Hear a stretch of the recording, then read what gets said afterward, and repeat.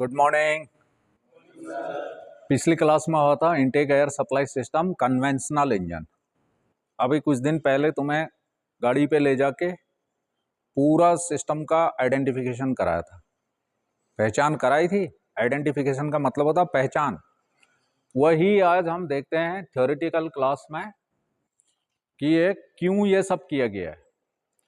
इस जो modern system है एयर सप्लाई सिस्टम BS6 जो मैंडेटरी है 2020 से, भारत में BS6 लागू हो गया था कब से?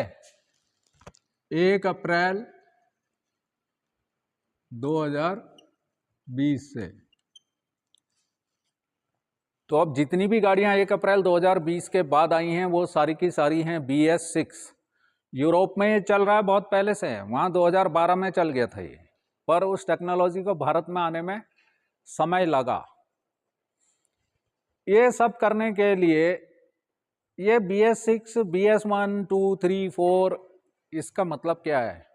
ये भारत स्टेज हैं, पर्यावरण मानक हैं, जो कि पर्यावरण मानक जो बना रहा है वो पर्यावरण मंत्रालय बना रहा है। तो जो भी ये नियम बन रहे हैं ये ministry of heavy industries and public enterprises, ministry of surface road transport और मिनिस्ट्री ऑफ एनवायरनमेंट, ये सब मिलकर अपनी एक कमेटी बनाते हैं जो रिसर्च करती है और उसके बाद एनालाइज करती है, तब जाकर वो नियम बनाती है। तो ये सब हो क्यों रहा है? ये जो सारा सिस्टम चेंज हो रहा है इसका मेन कारण है बाई प्रोडक्ट ऑफ कंबशन के जो बाई प्रोडक्ट बन रहे हैं, जो पॉल्यूटेंट है।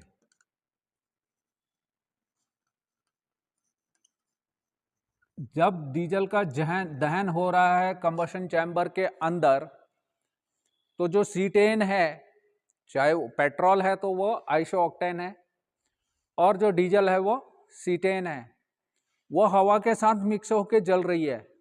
हवा में 21% ऑक्सीजन है, 78% नाइट्रोजन है, 0.03% कार्बन डाइऑक्साइड है, बाकी अदर गैसेस हैं, आर्गन भी है, अन्य गैसेस भी हैं।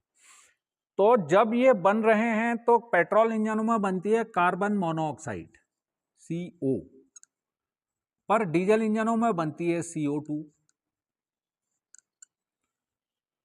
और ऑक्सीजन के अतिरिक्त 78% नाइट्रोजन है। नाइट्रोजन एक इनर्ट गैस है जो सामान्य क्रिया पर 1000 डिग्री सेंटीग्रेड तक वो इनर्ट गैस की तरह ही बिहेव करती है, मतलब किसी के साथ क्रिया नहीं करती। परंतु जब तापमान 1000 डिग्री से ऊपर हो जाता है, 1200-1300, पेट्रोल इंजन का जो कंबशन टेम्परेचर है वो है 1375 डिग्री सेंटीग्रेड, लगभग अप्रॉक्सीमेटली पेट्रोल इंजन का। और डीजल इंजन का ये बहुत ज्यादा है। डीजल इंजन का है 1800 से 2400 डिग्री सेंटीग्रेड। ये बहुत ज्यादा तापमान है। इस तापमान के कारण, इन दोनों के कारण, क्योंकि टेम्परेचर 1300 से ऊपर है, यहां बन जाती है NOx। CO भी बनती है, CO2 भी बनती है पेट्रोल में, NOx भी बनती है। NOx का मतलब है नाइट्रोजन के ऑक्साइड। अब कितनी मात्रा में नाइट्रोजन है, कितनी मात्रा में उसके साथ ऑक्सीजन अंदर गई है, एक्चुअल एयर कंज्यूम्ड और थ्योरेटिकल एयर रिक्वायर्ड का रेशियो ही लैम्डा है। इसी के लिए उसमें लगा हुआ था ऑक्सीजन सेंसर, दिखाए थे मैंने, 2 ऑक्सीजन सेंसर हैं। पहला ऑक्सीजन सेंसर एग्जॉस्ट गैसों में निकलने वाली गैसों की मात्रा को डिटेक्ट कर रहा है, वो बता रहा है कि निकलने वाली गैस CO है, CO2 है या नाइट्रोजन के ऑक्साइड्स हैं। ठीक है। इसके अलावा सारा का सारा फ्यूल जो इंजेक्ट हुआ है वो पूरी तरह से जल नहीं रहा है। फ्यूल जो इंजेक्ट हो रहा है अंदर वो भाप के रूप में हो रहा है। फ्यूल है कैसा? वो तरल है। जो टैंक में तुमने डाला हुआ है पेट्रोल या डीजल, वो लिक्विड है, और जो इंजन सिलेंडर के अंदर स्प्रे हो रहा है, जो जल रहा है, वह मिस्ट की शक्ल में है, वो धुएं की शक्ल में है। मतलब वो इतना ऑटोमाइज कर दिया गया है, उसकी मैकेनिकल क्रैकिंग की गई है। प्रेशर बढ़ा बढ़ाकर बहुत ही छोटा जो इंजेक्टर नोजल है, ये एक पिन है जिसने कि यहां पर एक होल को हमेशा बंद करके रखा हुआ है। अब ये स्प्रे तब होगा जब ये पिन ऊपर को उठेगी, और ये छोटा सा जो होल है, इस होल के रास्ते से फ्यूल इसके अंदर ऐसा लगभग वेपोराइज होकर, इसको वेपोराइज नहीं कहते, वेपोराइजेशन होता है तापमान के कारण। जो पानी वेपर बन रहा है वो तापमान के कारण बन रहा है, मगर जो ये ऑटोमाइजेशन हो रही है ये प्रेशर के कारण हो रही है। तो जितना अधिक प्रेशर पीछे से होगा उतना ही फ्यूल बहुत अच्छी तरह से ऑटोमाइज होगा। ये एक सिद्धांत है, और इसकी एप्लीकेशन है BS6, यानी BS2 के बाद BS3 BS4 में जब से कॉमन रेल लगाई गई, वो हाई प्रेशर सिस्टम लागू हुआ ताकि डीजल को पहले से ही प्रेशराइज्ड किया जाए। इससे पहले जो कन्वेंशनल इंजन हुआ करते थे उनमें या तो इनलाइन इंजेक्शन पंप होता था, बाद वालों में डिस्ट्रीब्यूटर टाइप का इंजेक्शन पंप हुआ, वो 900 बार तक का प्रेशर बनाता है। पर जब कॉमन रेल शुरू हुई उसका प्रेशर होता है 1800 बार, 1800 से 2200 बार तक का प्रेशर बना के रखा जाता है उसमें। इसीलिए तुम्हें कॉमन रेल दिखाई थी, उसमें एक कॉमन रेल सेंसर भी है और एक रेगुलेटर है। रेगुलेटर का काम है, सेंसर ने सूचना दे दी इलेक्ट्रॉनिक कंट्रोल यूनिट को यानी कंप्यूटर को कि इसमें अब 1800 बार का प्रेशर बन चुका है, तो इंजेक्ट ECU जो रेगुलेटर है, रेगुलेटर एक वाल्व है और वो सोलोनाइट टाइप का वाल्व है। सोलोनाइट को जब तक इलेक्ट्रिक वोल्टेज पल्स नहीं दी जाएगी तब तक वो ऑपरेट नहीं होगा। जब उसको वोल्टेज मिलेगी, 12 वोल्ट मिल गई, तभी जाकर वो खुलता है, और उसके खुलते ही जो एक्सेस प्रेशर कॉमन रेल में हुआ वो रिलीज हो जाता है। इस तरह से इलेक्ट्रॉनिक कंट्रोल यूनिट हमेशा एक 1800 बार का या 1200 बार का, 1600 बार का, it's depend on the size of the engine, उसका साइज किस तरह का है, और ये सब मैन्युफैक्चरर डिसाइड करता है। मेन काम क्या है कि वो जो फ्यूल अंदर स्प्रे हो रहा है वह पूरी तरह से कणीकृत हो, छोटे छोटे महीन टुकड़ों में मिले, वो मिस्ट की शक्ल में मिले, वो भाप जैसा दिखाई दे, धुआं जैसा दिखाई दे। पर जब ये स्प्रे हो, फ्यूल जब इंजन सिलेंडर के अंदर स्प्रे हो, तो इसका पैटर्न ऐसा होना चाहिए।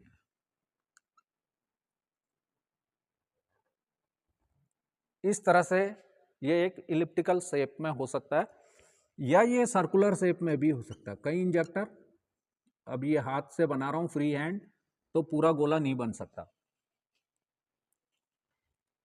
ये मल्टीपल, अगर उसमें मल्टी पोर्ट बहुत ज्यादा होल हैं, मल्टी होल इंजेक्टर हैं, तो उसका पैटर्न ऐसा बनता है। और सिंगल होल का अगर इंजेक्टर है, सिर्फ एक ही होल है, जब ये पिन ऊपर को उठेगी तभी यहां से डीजल फ्यूल निकलेगा, या पेट्रोल फ्यूल में भी इंजेक्टर यूज हो रहे हैं, तो वो सिंगल होल वाले का ऐसा पैटर्न बनेगा और मल्टी होल वालों का ऐसा पैटर्न बनेगा। इसको चेक करते हैं इंजेक्टर टेस्टर जो हैंड प्राइमर होता है उसमें चला के या मशीन में, और उसके साथ एक वाइट पेपर में इसका पैटर्न हम चेक करते हैं। जब हम इसके टेस्ट करते हैं, pressure test, automization test and leak off test, उस टाइम पर हम ऑटोमाइजेशन टेस्ट जब करते हैं उस समय हम पेपर पर ऐसा पैटर्न चाहते हैं। अगर ये पैटर्न ऐसा नहीं है, मान लिया ये इस टाइप से बन रहा है, इर्रेगुलर शेप में बन रहा है, तो ये रॉन्ग है। ऐसा इसलिए बन सकता है क्योंकि ये एकदम कंबशन चैम्बर में लगा हुआ है और यहाँ कार्बन ज़्यादा जमा हो जाने के कारण कोरोजन के कारण इस तरह का पैटर्न बनता है। वहाँ पर डिसाइड किया जाता है कि पूरा का पूरे इंजेक्टर चेंज होगा या काम चल जाएगा। ठीक है, ये तो प्रैक्टिकल का वो है। पर जब अब जितना ज़्यादा फ्यूल जलेगा उतनी ही ज़्यादा कार्बन डाइऑक्साइड बनेगी, नाइट्रोजन के ऑक्साइड्स बनेंगे। सारा का सारा फ्यूल, जब वो प्रेशर कम होगा, कम बाकी प्रेशर हो जाएगा, फ्यूल पूरी तरह से ऑटोमाइज नहीं हो पाएगा, तो ये फ्यूल अंदर जब कंप्रेशन स्ट्रोक में आ रहा है तो उस समय जब इंजेक्ट हो रहा है तो ये अंदर लिक्विफाइड भी हो जाता है। यानी ये जब धुएं की शक्ल में तो निकला लेकिन अंदर जाकर वो फिर से लिक्विड बन गया। मूल रूप तो उसका लिक्विड है, वो अपने मूल रूप में आ जाता है। इस वजह से वो पूरी तरह से जल भी नहीं पाता। जो सिलेंडर का आकार है, ये क्रॉस सेक्शन हम ऐसा बनाते हैं, इसका काट देते हैं इसको, वैसे है ये गोल। पर जब ये फ्यूल जल रहा है तो यहां से स्प्रे हुआ है तो कुछ फ्यूल यहां रह जाता है, कुछ इधर रह जाता है, कुछ ये नीचे पिस्टन के पे लगा रह जाता है। और जब एग्जॉस्ट स्ट्रोक में एग्जॉस्ट वाल्व खुलता है तो ये कुछ अध जले हाइड्रोकार्बन भी वायुमंडल में विलीन हो जाते हैं। इसको HC लिखा जाता है। HC इज अनबर्न्ट हाइड्रोकार्बन, अध जले हाइड्रोकार्बन। ये अध जले हाइड्रोकार्बन, इसके अलावा सूट पार्टिकल। डीजल इंजनों में पार्टिकुलेट मैटर्स, क्योंकि डीजल इंजन में यहाँ पर जब मैंने कन्वेंशनल सिस्टम भी पढ़ाया था तो उसमें क्या लिखा था कि 20% एक्स्ट्रा एयर नीडेड। डीजल इंजनों को 25-20% हवा एक्स्ट्रा चाहिए। मान लिया उस इंजन का आंतरिक व्यास 100 क्यूबिक सेंटीमीटर है, 100 घन सेंटीमीटर है, तो उसको 120 घन सेंटीमीटर हवा चाहिए। इस अत्यधिक हवा के कारण बहुत ज़्यादा CO बनती है, यानी CO2 बनती है, कार्बन डाइऑक्साइड बनती है, नाइट्रोजन के ऑक्साइड्स बनते हैं, पार्टिकुलेट मैटर्स बनते हैं। ये पुराने इंजनों में ये बहुत ज़्यादा होते थे, इसलिए इन सब को कंट्रोल करने के लिए और इन एग्जॉस्ट गैसों का ट्रीटमेंट करने के लिए तब फिर नए नए उपकरण लगाए गए, जैसे कि कैटालिटिक कन्वर्टर। कैटालिटिक कन्वर्टर भी दो प्रकार के हैं।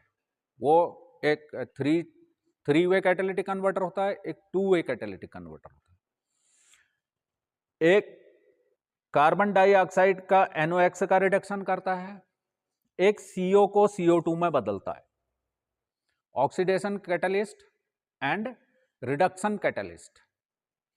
उसके अंदर ऑक्सीडेशन रिडक्शन के लिए प्लेटिनम यूज किया जाता है और रिडक्शन कैटलिस्ट के लिए रोडियम यूज किया जाता है। इस पर हम बाद में पूरी क्लास लेंगे कैटालिटिक कन्वर्टर पर। ठीक है, तो कैटालिटिक कन्वर्टर भारत में 2002 के बाद बनी हुई सारी गाड़ियों में कैटालिटिक कन्वर्टर अनिवार्य कर दिया गया और लगभग ये 1992 से ये प्रक्रिया शुरू हुई थी और लागू होते होते टाइम खींचता गया।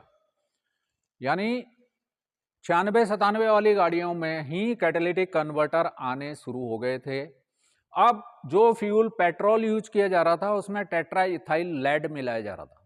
मैंने तुम्हें कितने बार बोला है कि जब भी ये हाइड्रोकार्बन निकाला जाता है तो उसको कंबस्टिबल बनाने के लिए और ताकि वो आसानी से जल सके, इस सिलेंडर के अंदर दहन बहुत मुश्किल है और इस दहन के भी 4 चरण हैं। इंजेक्शन, एक इग्निशन लैग है, एकदम से कोई चीज जलती नहीं है। उसके बाद अनकंट्रोल्ड कंबशन है, फिर कंट्रोल्ड कंबशन है और फिर पोस्ट कंबशन है। मैंने तुम्हें ये जब इंजन की प्रणाली पढ़ा रहा था उसी से मैं बता दिया था कि ये दहन के 4 चरण होते हैं और इसी कारण से ही ये सब पॉल्यूटेंट पैदा होते हैं। समझ में आ रही बात?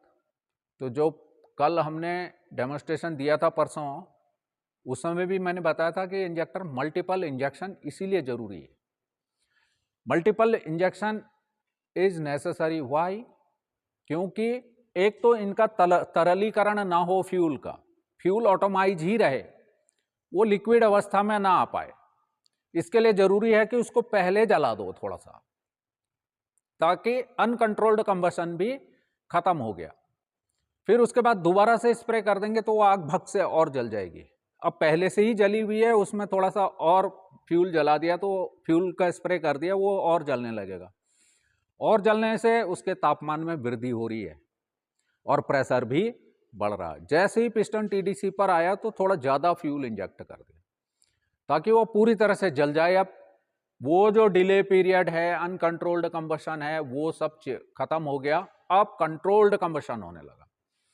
ऐसा करने से इंजन के अंदर के जो तापमान है, ये जो 2400 तक जा रहा था, इसको कम करके 1800 से भी नीचे लाया गया, ताकि इस NOx का उत्पादन कम से कम हो और अनबर्न्ट हाइड्रोकार्बन बिल्कुल भी ना हो। जब लास्ट पोस्ट इंजेक्शन होता है, पिस्टन नीचे को आने लगता है, तब भी एक इंजेक्शन कर दिया जाता है, थोड़ा सा फ्यूल फिर जला उसके ऊपर स्प्रे कर दिया जाता है ताकि वो पूरी तरह से जल जाए।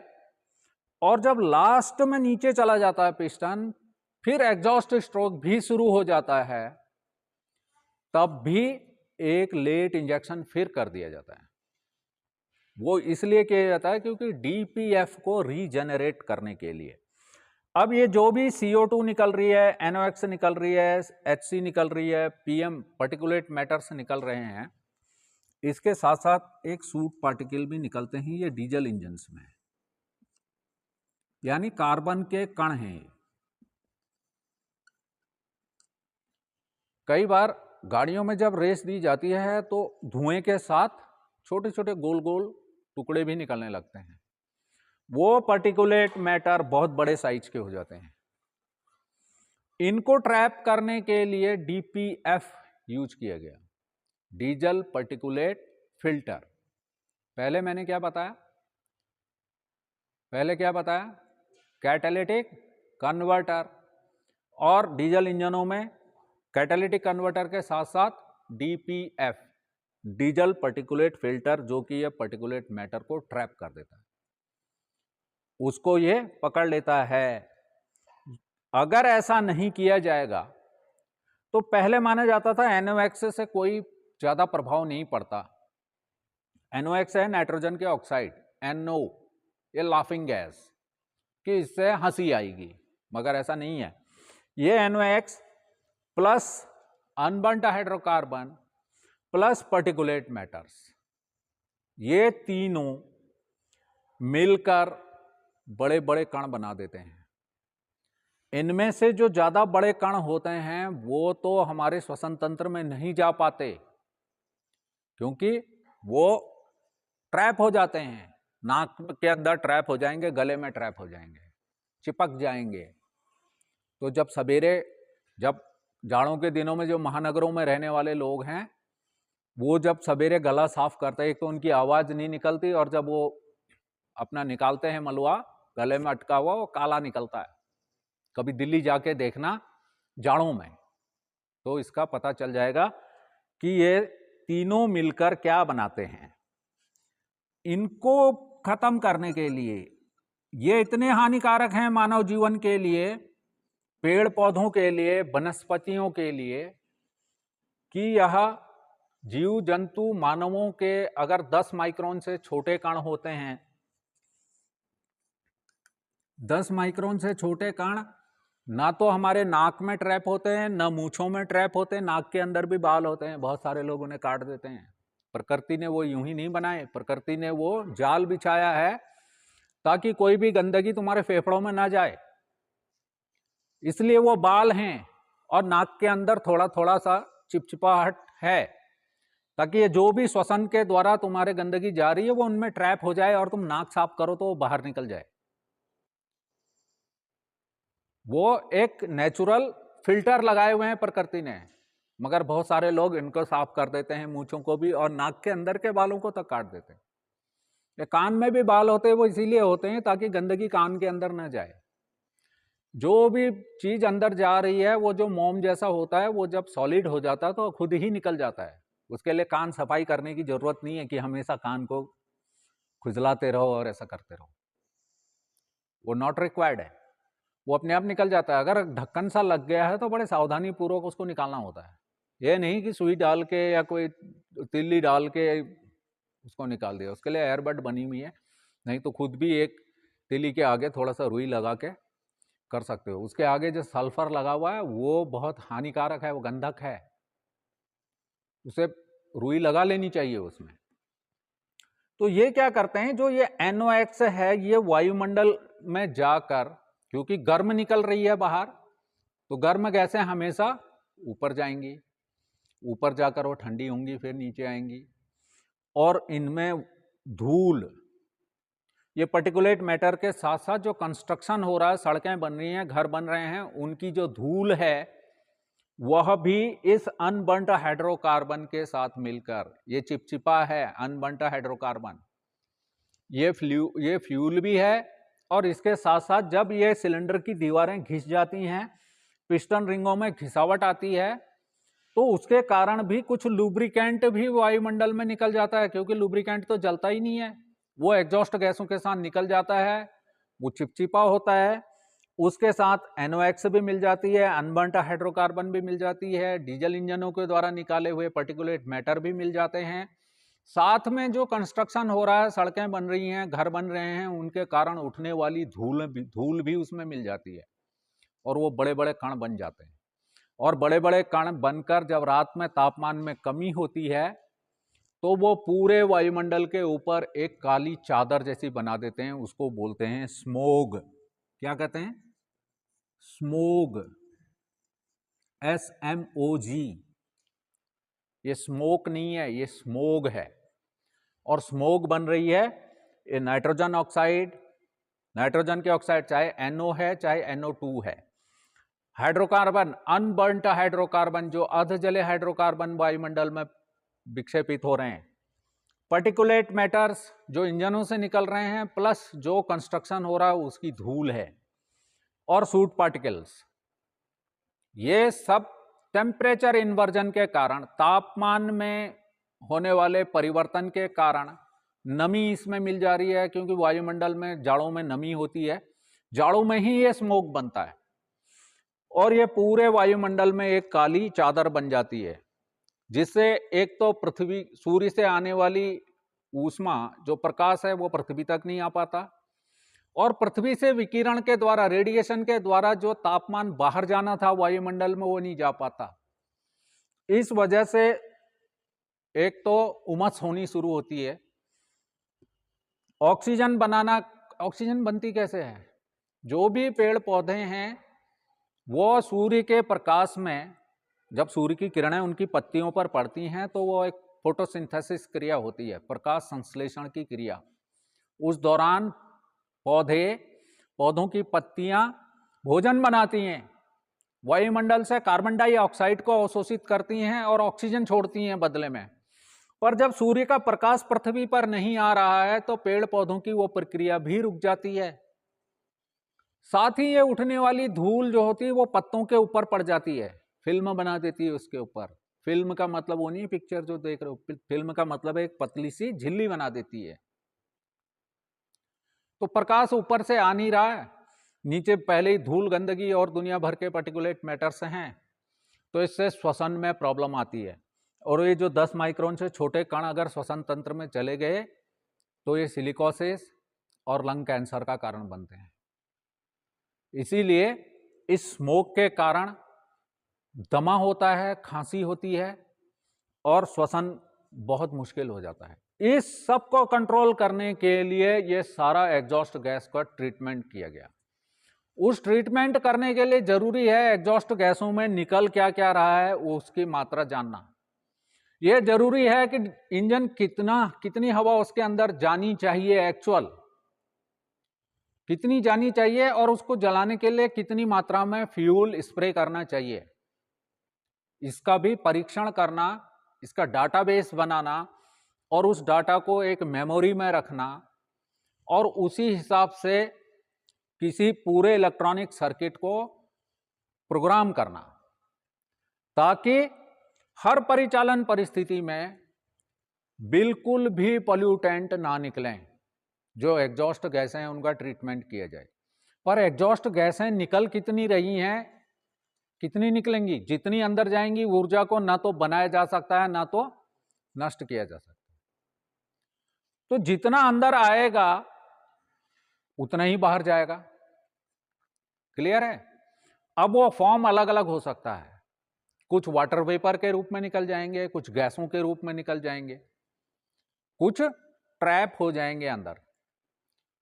समझ में आ रही बात? तो इसके लिए जब जब जैसे जैसे पता होता रहा, विदेशों में तो ये सबसे कड़े नियम कैलिफोर्निया के थे, उन्होंने 1950 में ही उन्हें पता चल गया था कि जो ऑटोमोटिव फ्यूल है ये बहुत सारे पॉल्यूटेंट निकाल रहा है। तो उन्होंने पहले से ही रिसर्च करनी शुरू करी।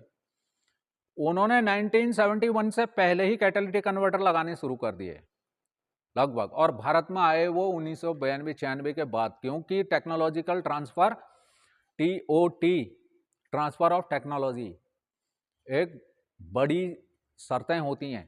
जो भी ये चीजें बना रहा है, ये उपकरण बना रहा है, जो कुछ मैंने इसमें लिखे हुए हैं, दुनिया भर के सेंसर लिखे हुए हैं, इन्हें बनाने के लिए उन्होंने रिसर्च किया है, उन्होंने बहुत पैसे खर्च किए हैं, अपना बौद्धिक, अपनी बुद्धि का प्रयोग किया हुआ है। वो यूं ही फ्री में कोई किसी को नहीं देता है।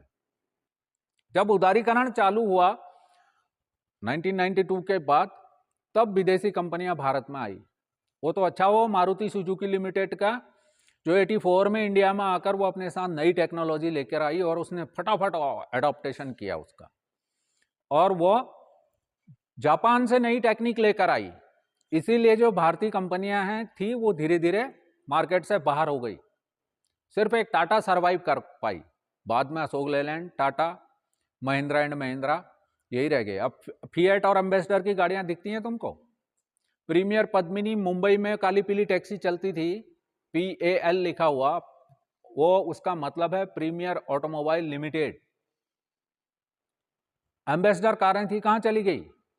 सब मारुति ने उनको किकआउट कर दिया, क्योंकि मारुति अपने साथ नई टेक्नोलॉजी लेकर आई। इस सब का जब